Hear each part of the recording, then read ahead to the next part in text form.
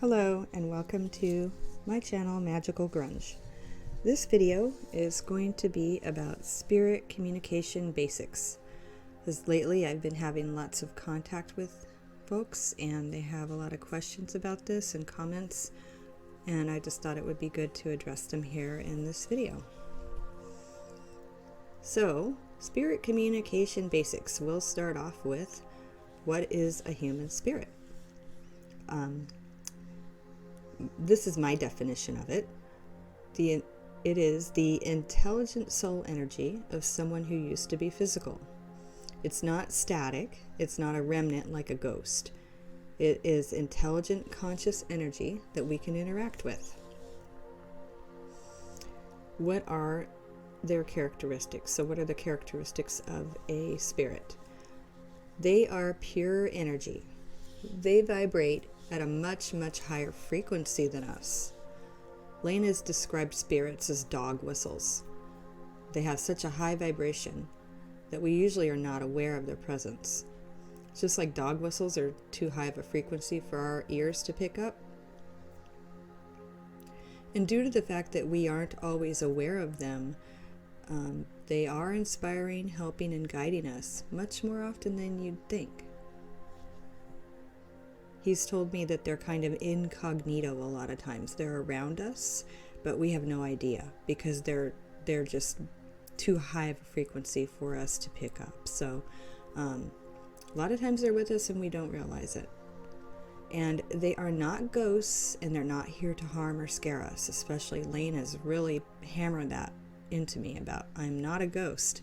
And he's very, very aware of, he tries very hard not to scare people because he doesn't want that. Another characteristic of spirits are that they can still feel emotions and feelings. That's part of their energy. Their energy can conduct that.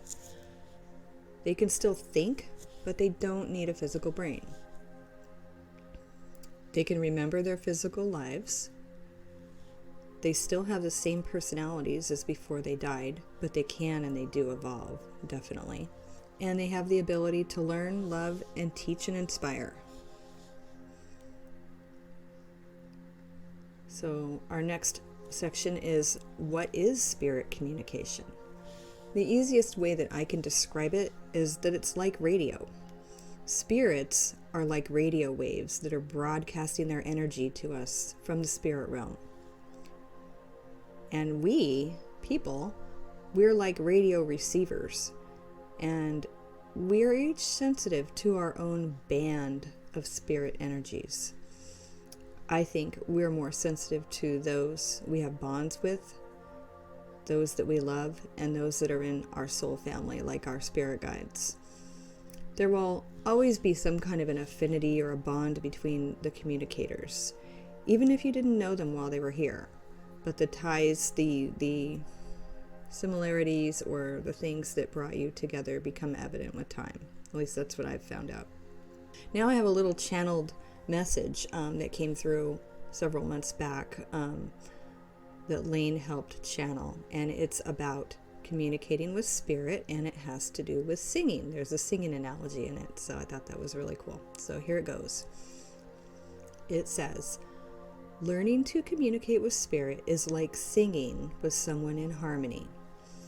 There are the two distinct voices, and then there is a synergy, a harmony between the two that makes a new magical energy of its own. When communicating with spirit, you have two distinct energies, the physical person and the non-physical one. In other words, the spirit. They each need to want to communicate with each other, or at least be open to it, because if one isn't on board, it won't happen. When they both do things to adjust their frequency or their vibration, then their energies are able to have harmony with each other. That is where the magic is. When the energies are in harmony with each other, thoughts can be exchanged, as well as feelings and love. Communication happens in that space.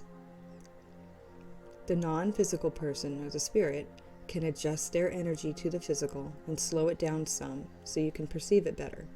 The physical person can learn meditation and or breathing techniques to calm down and to be open in mind and heart.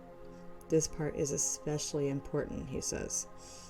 That will be enough to allow communication to begin, or at least lay the groundwork for communication to begin. It can take some time to develop, so don't be disappointed if nothing happens at first. Keep practicing. This is a skill to be developed just like anything else. This brings us to our next section. Why do they want to communicate with us? And that answer that I got is because they love us and because they want to comfort us and reassure us that they're still with us. Most of the time in spirit communication, they want to come to us to let us know that they're okay and to help us feel better about their passing. It's usually a short or brief encounter, and that's all there is to it. Now, it also depends on the nature and the personality of the spirit. Some are very eager to work with us longer term, and some aren't. It just depends on them. They still have free will, and they can decide on how they want to interact with us. So how do we send a message to someone who's no longer physical? So if you have someone in your life, it doesn't have to be a celebrity or anybody, but if you have somebody in your life that you want to send a message to who's passed on, how do you do it? It's very simple. All you have to do is either speak out loud, write down, either typing it or, on the computer, or writing it by hand, it doesn't matter, or think whatever it is you want to tell them. So speaking it, writing it down, or thinking. You can look at a picture of them and tell them your message, and that will help too. It kind of gives you something, you can focus on them better that way. I think pictures too that have a good shot of their eyes helps a lot. Lisa helps me. So they are energy, and our thoughts are energy as well. So it's an energy to energy transfer there. So that's why they get it so quickly and completely. They know what is in our hearts and minds, probably even more than we do. They will get it. Spirits are 1,000 times more psychic than anyone you've ever met on earth. Another thing you can do to send as a gesture towards them is you can leave them offerings. You can you see this in a lot of the Day of the Dead type stuff where they make them cookies and put all kinds of stuff out for them. It's like that. You can make them food, their favorite food, make them something on their birthday, whatever, Christmas, any holiday they loved, or you can just do it because. But you can leave them food, you can leave them drinks, flowers, things they liked. It's not something they expect, but if you do leave them offerings, it's really appreciated by them. Even lighting a candle in their honor is appreciated. And they tell me that, really any kind of gesture in their honor, they're going to love. So they appreciate all of it. So how do we know that they got our messages? This to me is a trust and faith thing, because of course there is no hard proof. It's just the nature of energy though. When you send thoughts to any certain person who's passed, they will always get it. You can always ask them for a sign in return that they got your message. That brings us to our next section here that I will go into in a minute. So I wanted to say the easy part of spirit communication is sending them messages. That's the easy part. The trickier part is perceiving and receiving the messages and signs they send back to us. That's what I've noticed that most people struggle with. So, how do they communicate with us or give us signs? How do we get their messages? And I want to preface this part I'm going to start going into all the different ways, the common ways that we can get messages and signs from them. But I want to say, to begin with, about the whole looking for signs thing. People can sort of become obsessed with this, and it's not really conducive to communication, because if you become obsessed with looking for signs, it really ties up the energy and kind of binds everything up, and it makes it so things don't flow right. So what you should do is, if you're looking for a sign from someone who's passed, ask for your sign, okay? And then let it go. just like Elsa, right? But let it go and release it fully to the universe and just drop it and stop worrying about it. Stop obsessing over it. Worrying about it just is going to make you go crazy, and it's not going to work so well. So anyways, that's my little spiel about that. Now let's get into actually the nature of their signs and messages and how it happens. So the first one that I'll say that sort of overrides everything, it's sort of is the base energy for all spirit communication, really, is something called synchronicity. And that was a term coined by Carl Jung, and he says it is a meaningful coincidence of two or more events where something other than the probability of chance is involved. So what this is, and another way of saying it is, it's the universe orchestrating things in such a way that makes them impossible to ignore. I know this one. These are the weird, seemingly random, yet very profound events that can happen to us and makes us go, something's going on, something's up. Strange things are afoot at the Circle K. Synchronicity can give us goosebumps. It's spirit's playground. Happy accidents, being led to certain people, things falling into place in strange ways, those are all examples of synchronicity. And I always notice whenever my guides, whenever I'm in a high period of like a lot of guide activity, the synchronicity just really shoots up. It just goes up so much. It's crazy. So that's that. And then the next thing is dreams. So dreams are one of the easiest ways for spirits to contact us because our conscious mind is mostly out of the way. Spirit visits in dreams often seem more vivid and clear than regular dreams do. They seem more real than our normal reality. And they often do this to relay a message. I think a lot of times they'll come through within a year or two of them dying. And they usually do it it's an easy way for them to come to us and let us know that they're okay. Another way that they send signs is through songs. This is a big one for me. These can be songs you hear on the radio. These can be songs you hear when you're out shopping, whatever, you're out and about and you just hear them being played in a store or something. Or they can be songs that come up on shuffle or random settings on different online music playlists. And that's one of my favorite things to do. It may be a song that you associate with them. You have a memory about the person. The song reminds you of them. Or it's a song they liked, or some kind of a connection to the person with the song. So an example of this, I've had lots of examples. I've played these games with my guides for years doing this stuff, but this year an example is when Layne had come back, and he was around like real strong in the very beginning. I was listening to MP3, or not MP3s, but I was listening to Spotify in my car on random. And it was pretty much like a playlist over 1,000 songs. And he made 4 Alice in Chains songs play all in a row. And it was like one played, another one, and I was like, wow, okay, 2. And then he did a third, and then a fourth, and I was like, are you kidding me? So that was pretty cool. And for me, yeah, songs are a big one, because both my guides are musicians, and so there's lots of song activity going on with them. And the next thing is animals. Some people, their spirit guides are animals, and it's like a Native American totem type thing. But more of a common thing is people will get signs from flying critters, dragonflies, butterflies, birds, things like that, or any other animals that maybe they associated strongly with the person. They'll all of a sudden come out of nowhere, come to you, land on you, and stay for a long time. Or you'll see a bird you normally don't see flying, or different things like that. But animals definitely can come as signs from them.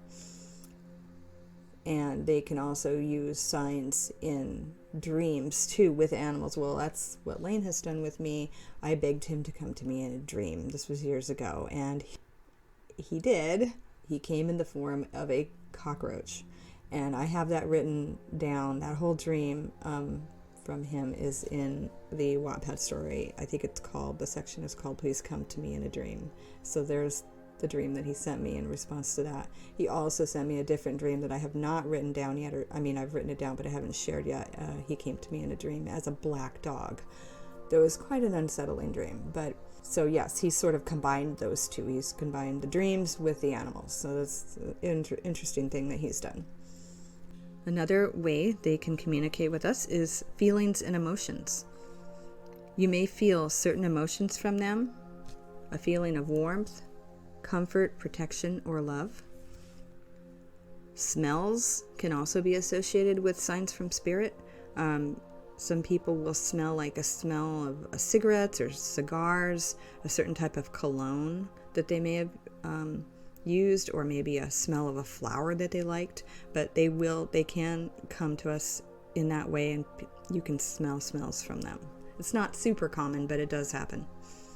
Numbers are big for a lot of people. I'm not super into the numerology aspect of it, but I know a lot of people are. But even for me, even though I don't even pay attention to that stuff very much, even since all this has happened for me this year, I've been seeing tons of the 1111, 333 and all that. So a lot of times they'll send their birthday, or possibly the day they passed. So a lot of people talk about that. So, that's definitely a way that they can communicate as well. And another thing is maybe a recurring thought, a thought that keeps popping in your head. You keep thinking of the person or a phrase they might say or something like that. But something that kind of keeps popping in your head about them and you can't shake it off. That can be that's a form of communication. They're trying to tell you something. There's also clairvoyance, which is like inner visions. You may see an image. They may put an image in your mind of them or something to do with them. And the images kind of have a dreamlike quality to them. Kind of like the way dreams look or like daydreams look. Another way they can send, this is also not as common one, but they can send a sign through like goosebumps.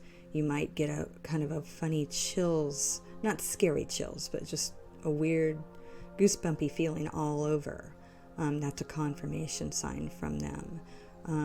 You can feel a hug. Sometimes you can feel them hug you. It's like a warm feeling. You can also feel, I've even felt touches. They can touch us, and you have to be real it's subtle. It's very subtle, but they can touch us, and it feels kind of tickly. It feels like a little feather brushing your skin. It's very subtle, but it's definitely noticeable. So, like I said, that's probably not a real common one, but it is possible. Okay, so this next section in the video is going to be about common mental states that we have that can influence spirit communication. And it isn't something I've really seen talked about a lot, but it's been something that I've talked with people and chatted with people a lot, and I see the same issues coming up over and over. So I thought it would be good to address these things, because I don't think that many people know how these things can affect spirit communication. The first one is going to be openness and belief. So obviously it helps a lot to be open to spirit communication in general, and to watching for their signs in their communications, and also believing that it's possible. If we go into this and we're really skeptical and we have a really closed mind and a closed heart, it's going to be a barrier. I mean, it's still possible, absolutely, because there are definitely stories of hard, cold skeptics that have had turnarounds because of this. But it's like a wall. It's like a big barrier or a wall in our minds to spirit's energy when you come into it really closed. So, that's definitely a big factor in it. The next one is feeling frustration and impatience with yourself when you're starting this journey. In the beginning, it's easy to feel frustrated and impatient with your unfolding spirit communication abilities. It's not as cut and dried as learning to bake a cake. I wish it was. It would make things much easier. But this is a spiritual journey, spirit communication and doing this. It is a spiritual journey, and it's a process that can last for many, many years of your life. I've been doing this on and off for over 30 years. So, please don't compare yourself with me, because I've been at this for a while. We all have to start somewhere with this, and I know that we wish that we'd be able to just do a meditation with them and boom, they're just having a full-on chat session with us. I wish it was like that, but unfortunately it doesn't always work that way. The best advice I can give to help with the frustration and impatience is to be open in your mind and your heart to working with spirit and believe that it's possible.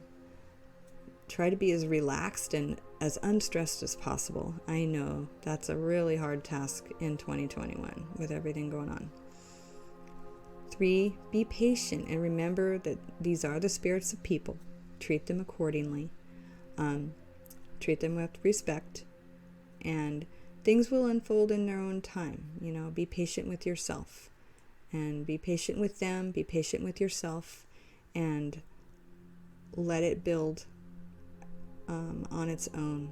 It's not really something that can be rushed. The more you rush it, the more it's going to impede it. So it's really the thing that letting go and letting yourself sort of unfold on the journey is really the best way to do it. All right, next subject is going to be doubt. This is a biggie. Doubt, in my opinion, is the number one killer of spirit communication. If you let it get a hold of you, it will shut you down and you won't feel a connection, or you won't have much communication. It doesn't really affect the spirits. They know about it. They can feel it from us. But it closes your mind down to the possibility. If you can imagine spirit communication as a flame, doubt is like a cold shower. It dampens the flame and diminishes it. Belief in it and faith in it will strengthen it and help it grow.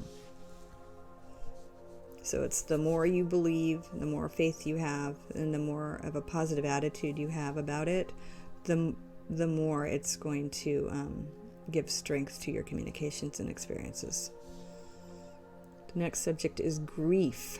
This is something that's been coming up lately too, that I've seen with people. Grief can get majorly in the way of having conscious contact with spirits. If your grief is overwhelming, something you've been carrying, if you're feeling depressed and down, then it can actually block the spirit's communication with you. It's like your grief is so big that it blocks the same channels that they would be coming through to you. It's like they're waiting there on the other side, but they're blocked because of the grief. You may need to wait until you've worked through some of the grief and released it before there's room for them to make contact. But please don't think that they're not there, because they are. They're just trying to wait until we don't have quite so much grief to be able to get through. Next subject is low self-esteem and feelings of unworthiness. I had this with both of my guides. It's very, very easy, especially if you're communicating with one who is famous or well-known, to get caught up in the whole, I'm nobody. Why would they want to talk to me? You compare yourself to their celebrity life and all they accomplished, and it can bring up feelings of unworthiness.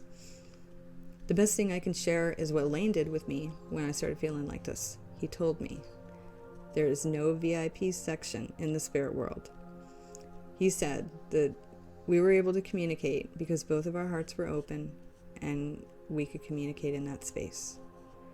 He also told me that he too struggled with feelings of unworthiness in his life, and he wanted to help me overcome it. And he did. So when well-known people pass, it opens them up to a whole new realm where they're free to connect with whomever they wish. That goes for anyone, but especially with, well-known people, there's sort of like a barrier. There's sort of like the fans, and there's their circle. And when they pass, all that goes away. The playing field is completely leveled. Now, some are only going to want to communicate with people that they knew in their life, like their families and their friends. And that's okay, and that's totally, absolutely their choice. Others are open to connect with those who need their help. They might share common life experiences and with those that they know truly love them. Again, it comes down to the individual who's in spirit.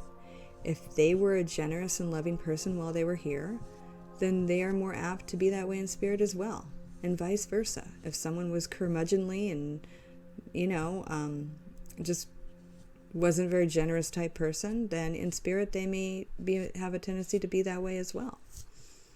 Another thing to remember with this is that they don't judge us at all. There is no judgment from them. So anything that we may do or say, they're not going to judge us. They're here to love and teach us, not judge. We get enough of that from each other in this world. All right, the next section is a pretty big one. Seeking validation. I know this one. So, I went through a period earlier this year when I was looking for validation of my experiences that I was having with Layne. I didn't get it, and it was frustrating and disappointing for me. Finally, though, I realized that I really didn't need anyone else's validation of my own spiritual experiences. Layne had done enough over the years to prove to me that this was real. He came through in readings, just lots of things. And so it was a little leap of faith I had to take in order to decide to put this out there and make these videos and just go public with it. And it's extremely normal, for people to want to seek validation from others about spiritual experiences that we're having, especially if they have to do with well-known people. And that's kind of what I feel my purpose is a little bit. I mean, of course, I'm not the authority. I'm not going to sit there and say, yes, you have the stamp of approval. This is definitely Layne or somebody else talking to you. I don't know, but I can go by my vibe and I can go by the way it's described. But I do feel that, with some people, I have been able to kind of validate the people that are having experiences with him. I can kind of validate it because I can compare it with the way he's been with me and go, yeah, that it seems similar. But please, I'm not trying to say that I'm some kind of ultimate judge or something, and that people that I'm going to sit there and say, well, yes, this is him, but this isn't. That's not my place, but I can at least validate some aspects of it. On the other hand, I talked about what it was like when I didn't get the validation, and it is a bummer. But on the other hand, when you do get the validation, it goes a long way. Personally, I've been really fortunate to get some amazing confirmation and validation about my first guide from people who really graciously shared their time with me. And getting that validation, it has settled me down, it's relaxed me so much, and it's really brought me a very deep peace to my feelings about my connection with him. And I can't thank those people enough. Ways we can get validation, we can get validation from speaking with other people who understand and who have experienced these kinds of things. You can also get it from reading books about spirit communication or watching videos about it. You can also get it from going to mediums, getting readings. Sometimes if the spirit will come through to you in the session, that's a very big form of confirmation and validation. Okay, so my last section of this video is going to be about cautions. The first one is going to be about the Ouija board. Even though the Ouija board played a big part in my spiritual opening at 16, it was kind of a weird accident.